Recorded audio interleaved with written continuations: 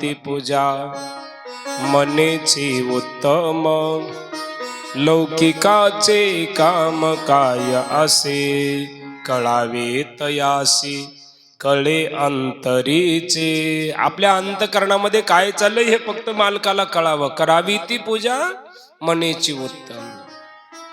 किती खर्च आला? एकही रुपयाचा नाही।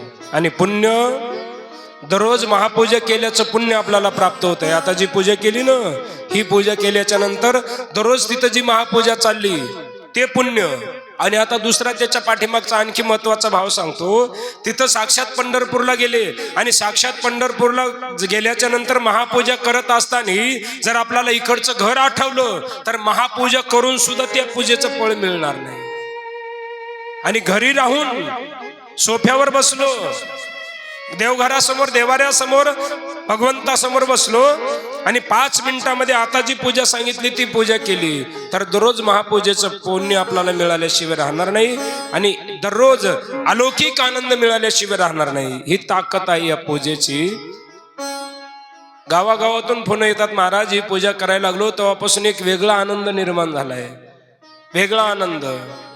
आता जी पूजा सांगितली ना ती करायची। तुम्हाला पंढरपूरला गेल्यावर बरोबर सगळं लक्ष देऊन दर्शन घ्यायचं। आपल्याला ही पूजा घरी दररोज करायची आणि म्हणून दर्शन घेत असताना सगळ्या गोष्टी मी जसं सांगितलं तसं सगळं व्यवस्थित बघायचं।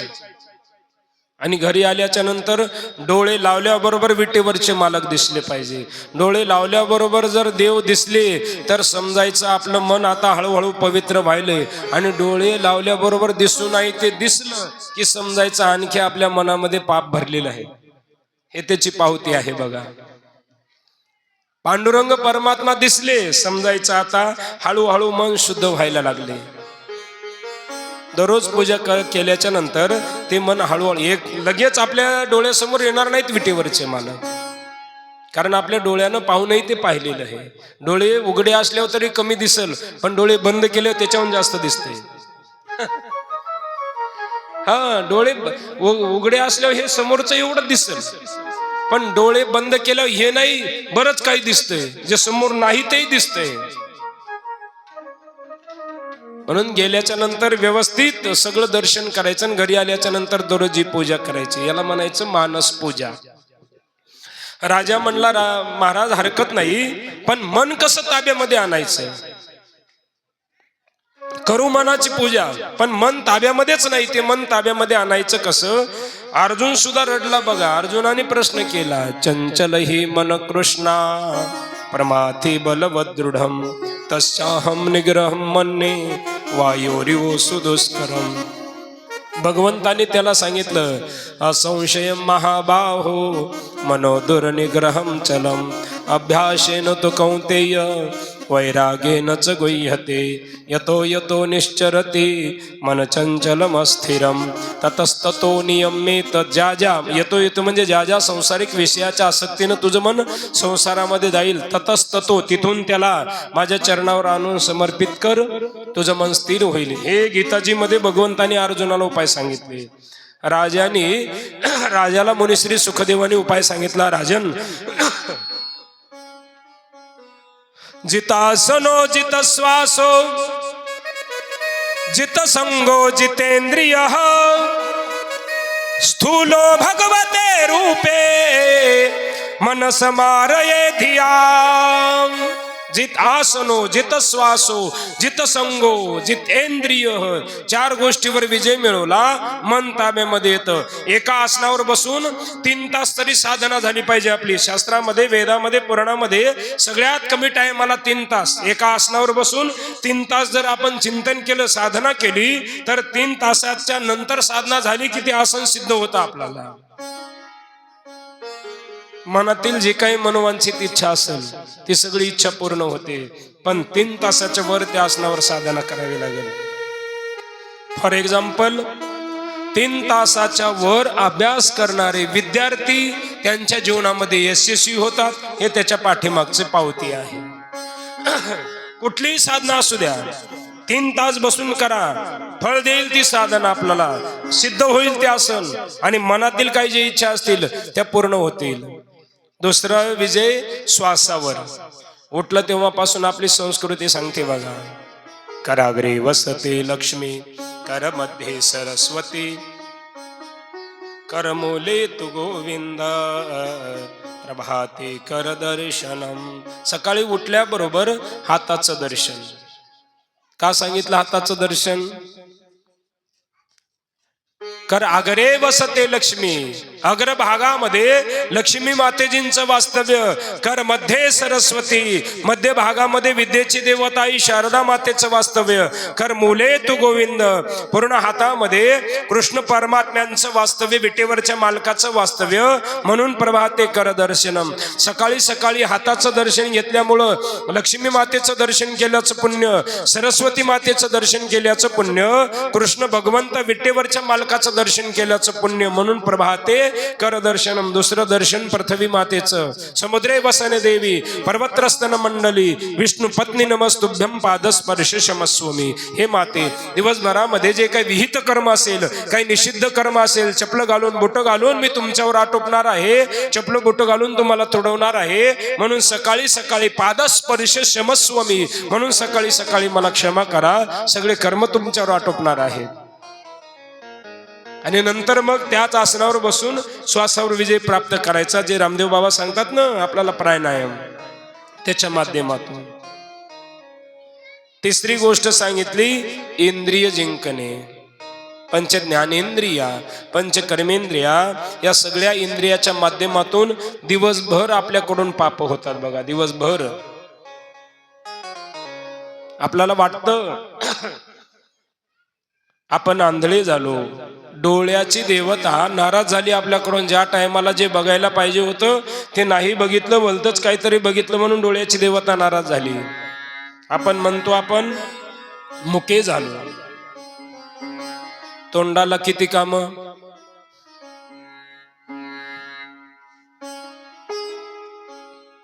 ते मीच सांगू आता. तोंडाची काम, तोंडाला किती काम? एक बोलण्याचं, आणि दुसरा आता 5ला आरती झाल्याबरोबर पुंडलिक वरदे हरी. दुसरं काम, दोन्हीकडूनही चुकी झाली आपली, बोलण्याकडूनही आणि जेवण्याकडूनही. मुखाधान वाच गेली, मुखाधान वाच गेली, मुखाधान वाच गेली, मुखाधान वाच गेली, मुखाधान वाच गेली, मुखाधान वाच गेली, मुखाधान वाच गेली, मुखाधान वाच गेली. जिव्हाळा चावली भोजना, व्रत शर्करा पकवाना, निंदीने उपालला, फेरी पावलो मुखबंधना. मुखाधान वाच गेली, मुखाधान वाच गेली,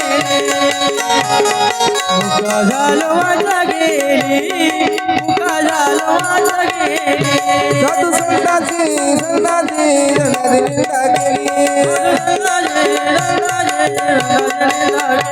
हरी भक्ताची भक्ताची स्तुती नाही केली, हरी भक्ताची भक्ताची स्तुती नाही केली. गेले वाचा झाली एका जनार्दनी कृपा मुखाधान वाच गेली, मुखाधान वाच गेली, मुखाधान वाच गेली, मुखाधान वाच गेली, मुखाधान वाच गेली, मुखाधान वाच गेली, मुखाधान वाच गेली.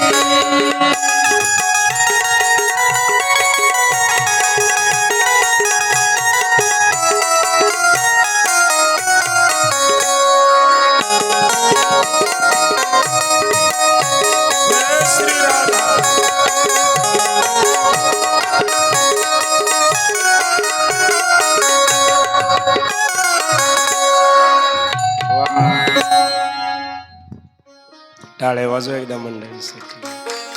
2 कामं तोंडाला, दोन्ही माध्यमातून चुकी घडली. आमच्यासारख्या एखाद्या महाराजाला एखाद्या गरीब आई माऊलीनं जेवायला केलं बेसन भाकरी. बेसन भाकरी जेवायला केली, जेवला हे गरीब घरी. पण दुसऱ्या दिवशी श्रीमंताच्या घरून आमंत्रण आलं. चांगलं पंचपाकवन्न, 4-5 गोड आटम, चांगलं तळण वळण. यानं जेवत असताना गुणानं जेवला असला तर काही दोष लागत नव्हता, पण जेवत असताना यानं कालचं इच केलं. कवाचं इच केलं? म्हणलं आज फारच जेवायला सुंदर केलंय, काल त्या म्हातारीनं मला काय केलं होतं जेवायला? बेसन भाकरी. जिव्हा लालचा वली भोजना, दुग्ध घृत शर्करा पक्वांना. या पक्वांनाच्या समोर निंदिले उपान्ना. उपान्नाची निंदा केल्याबरोबर तेने पावलो मुखबंधना. चांगल्या अन्नाच्या समोर जर निंदा केली एखाद्या अन्नाची तर त्याच्यामुळं वाचा पंगू झाली. दुसरं कारण, बोलण्याच्या माध्यमातून साधू संतांची निंदा केली, हरिभक्ताची स्तुती नाही केली. सहज निंदा होते बघा आपल्याकडून, बोलत बोलत कळतही नाही आपल्याला निंदा झालेलं, कळत सुद्धा नाही. एक माईमाऊली दुसऱ्या माईमाऊलीला म्हणाली, अगं ती शेजारीन म्हण नवऱ्याला शिव्या देते. सहज निंदा सांगायला ती शेजारीन म्हण काय करते? नवऱ्याला शिव्या देते. मी नाही माय, मालक म्हणजे आपल्यासाठी देव, म्हणून मी यांना काही म्हणत नाही. आमच्या यायला पाचाची अक्कल नाही, काही माती कळत नाही, पण मी यायला काही म्हणीत ठेवलं काय? आता काही पाचाची अक्कल नाही म्हणले आमच्या यांना, काही माती कळत नाही, कसं बोलावं ते माहित नाही, पण मी आमच्या यायला काही म्हणीत. सहज निंदा म्हणायचं याला, सहज निंदा. गात्यामध्ये आलेला दृष्टांत हे बघा. एक आजीमाई सहजच निंदा करायची, फटकाळ तोंड होतं, लगेच भांडणं यायचे घरी. सगळं गाव कंटाळून गेलं म्हातारीला. 1.5 क्विंटल वजन होतं फक्त म्हातारीचं. नातवाचं लग्न ठरलं. घरचे म्हणले, आजीमाय तिथं तू जर लग्नाला आली तर भांडणं लावशील म्हणले, फटकाळ तोंड आहे म्हणले तुझं, नाही तुला नेणार नाही. म्हातारी म्हणली, काही बोलत नाही बापा, पण एकदा अक्षदा टाकू दे माझ्या नाताच्या अंगावर मला. म्हणले, आजीमाय नेतो, पण 2 जण राखायला. 2 जण गपक्या राखायला केले म्हातारीला. गेले तिथं लग्नाच्या गावामध्ये, मंडपामध्ये सगळे बसले. नवरदेव नवरी स्टेजवर खुर्च्यावरती बसले. म्हातारीला सगळ्यात पाठीमागं बसिलं, ते 2 जण दोन्ही कोण राखायला ठेवले, काही बोलल आणि काही भांडण आणील म्हणून. गाठ्यातला दृष्टांत, मांडवाच्या दारा पुढे आणीला म्हातारा. ते 2 जण दोन्ही कोण राखायला ठेवले. ते म्हातारीला जरासही कमी जास्त जमत नव्हतं. म्हातारी सगळ्यात पाठीमागं होतं, पण ते नवरीबाई ती खुर्चीवर असं थोडं तिरप बसली होती, थोडं असं वाकडं बसली होती. आणि हे कमी जास्त जमत नव्हतं कोणाला? म्हातारीला. सगळ्यात मागं असल्यामुळे आवाजच जाईनं गेला तिथं, म्हणून म्हातारीनं कुटाणा केला. गाथ्यामध्ये भयानक शब्द आहे, पण मीच थोडा सोपा सांगतो. पुढच्या माई माऊलीला म्हातारी म्हणली, बाळू महाराज अगे भवानी, तुझ्या पुढच्या भवानीला म्हणाव, त्या नवऱ्या भवानीला सरळ बस म्हणाव. किती कुटाणा केला म्हातारीनं.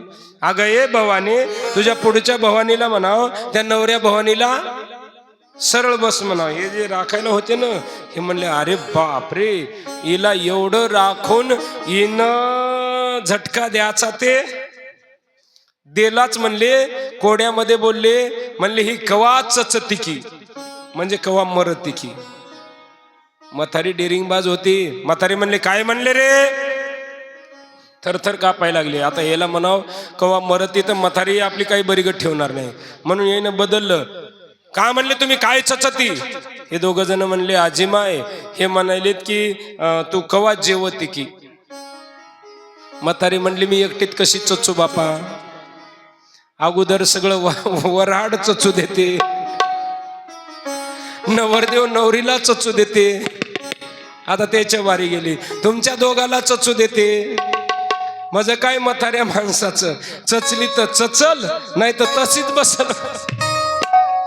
याला म्हणायचं सहज निंदा. सहज निंदा होते मायबाप आपल्या तोंडातून.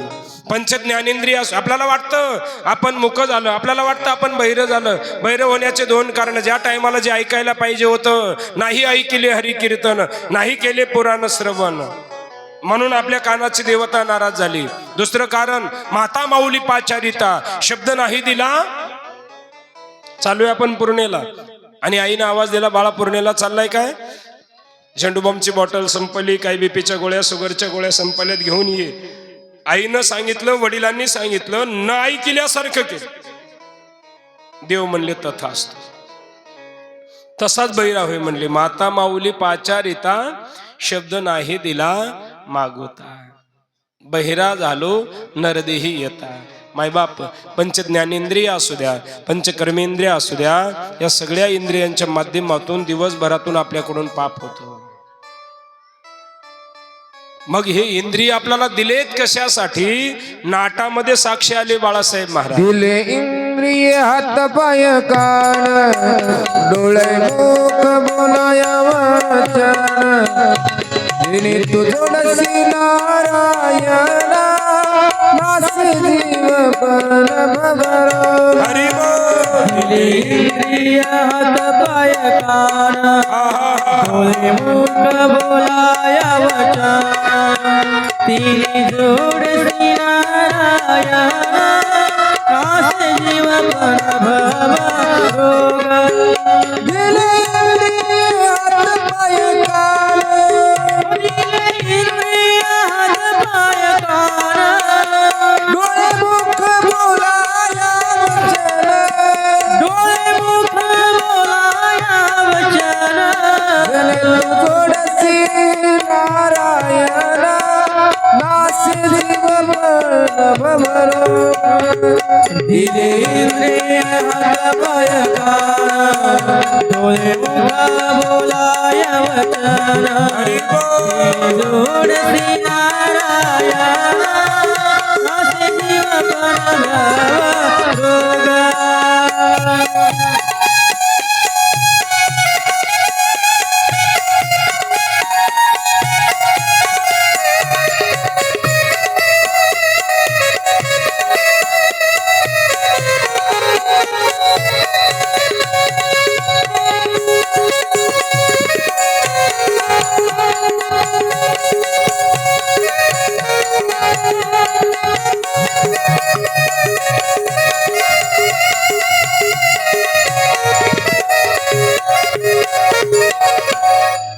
नाटामध्ये साक्ष दिली जगत गुरु तुकोबरायाने. कशाने दिलेत?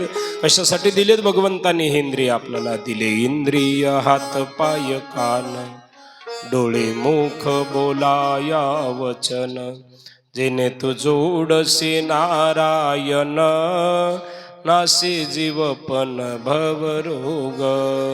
जेने तू जोडशी नारायण, ऐशे वचन बोलाया दिले मुख, जेने तू जोडशी नारायण, ऐशे रूप बघाया दिले डोळे, जेने तू जोडशी नारायण, तीर्थयात्रा करण्यासाठी दिले पाय, जेने तू जोडशी नारायण, श्रेष्ठ कर्म करण्यासाठी दिले हात, जेने तू जोडशी नारायण, कथा कीर्तन ऐकण्यासाठी दिले कान. दिले इंद्रिय हात पाय कान, मुख डोळे बोलाया वचन, जेने तू जोडशी नारायण, नासे जीवपन भवरोग. इंद्रियावर विजय मिळवला की मन ताब्यामध्ये येतं. चौथी गोष्ट सांगितली, संग जिंकला की मन ताब्यामध्ये येतं. म्हणून महत्वाची आहे मायबाप जीवनामध्ये संगती. पतन उद्धार संघाचा महिमा. जीवन उद्धाराकडेही जातं संगतीमुळंच, आणि जीवन अधपतनाला सुद्धा जातं संगतीमुळं. बघा, जीवानं जीवाची संगती केल्यावर त्याचा दोष लागेल, गुण लागेल, नवल नाही. एखाद्या पदार्थाने एखाद्या पदार्थाची संगती केली तर त्याचा दोष गुण लागतोय त्याला.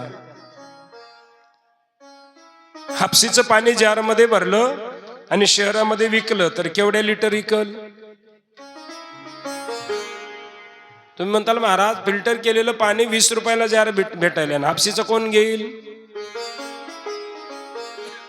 25 लिटर दुधामध्ये 1 जार टाकला, 50 लिटर दुधामध्ये 1 जार टाकला, आणि आता ते केवढ्याला गेलं तिथं?